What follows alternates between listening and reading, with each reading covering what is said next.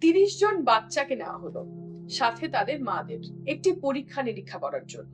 30 জন বাচ্চার ভেতরে 15 জন বাচ্চার ডায়াগনস্ড ADHD রয়েছে, অর্থাৎ attention deficit hyper activity disorder.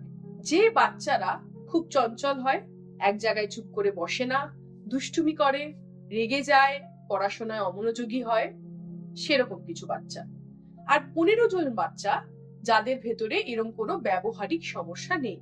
এই পরীক্ষায় 30 জন বাচ্চাকেই দুটি গ্রুপে ভাগ করা হলো। প্রত্যেক গ্রুপকেই একই কিছু ছবি কার্ড দেখানো হলো এবং বলা হলো যে তারা যেন এই কার্ডে কি ছবি আছে তাদের মাদের সাথে সেটা নিয়ে আলোচনা করে। এবং পুরো পরীক্ষাটি একটি ভিডিও রেকর্ড করা হলো। দেখা গেল কিছু আমূল পরিবর্তন, যে পরিবর্তনগুলো জানলে আপনারাও অবাক হবেন।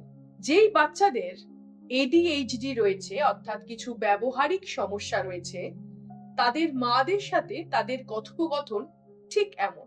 মা দেখো, কার্ডটা দেখে যেন মনে হচ্ছে বাদুর। দূর, তুই চুপ কর তো, একদম বুঝতে পারছিস না, এটা একটা বাটারফ্লাই, প্রজাপতি, কিচ্ছু পারিস না তুই। আর যেই 15 জনের ভেতরে কোন রকম ব্যবহারিক সমস্যা ছিল না, তাদের কমিউনিকেশনটা ছিল ঠিক এইরকম। মা দেখো, এটা একটা বাদুর। হ্যাঁ বাবা, বাদুরের মতোই লাগছে, কিন্তু এটা না প্রজাপতি। একটা ভালো করে দেখে নাও একবার, তাহলেই বুঝতে পারবে। বুঝতে পারছেন?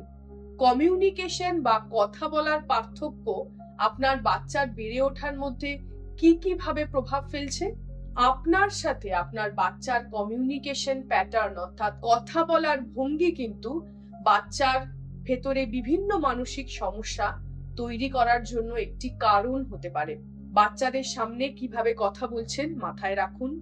বাচ্চাদেরকে নেতিবাচক জিনিসের উপর খুব বেশি ফোকাস করতে দেবেন না। বাচ্চাদের ক্রিটিসিজম সব সময় করবেন না। ওদের কাজ, ছোট ছোট পারা, ছোট ছোট ভালো কাজ খুব ভালোভাবেই সেগুলোকে রিওয়ার্ড করুন, অর্থাৎ ভালো কথা বলুন, তাদেরকে উৎসাহিত করুন। দেখবেন তাদের অসুবিধাগুলো তারা জয় করে নিচ্ছে খুব সহজে।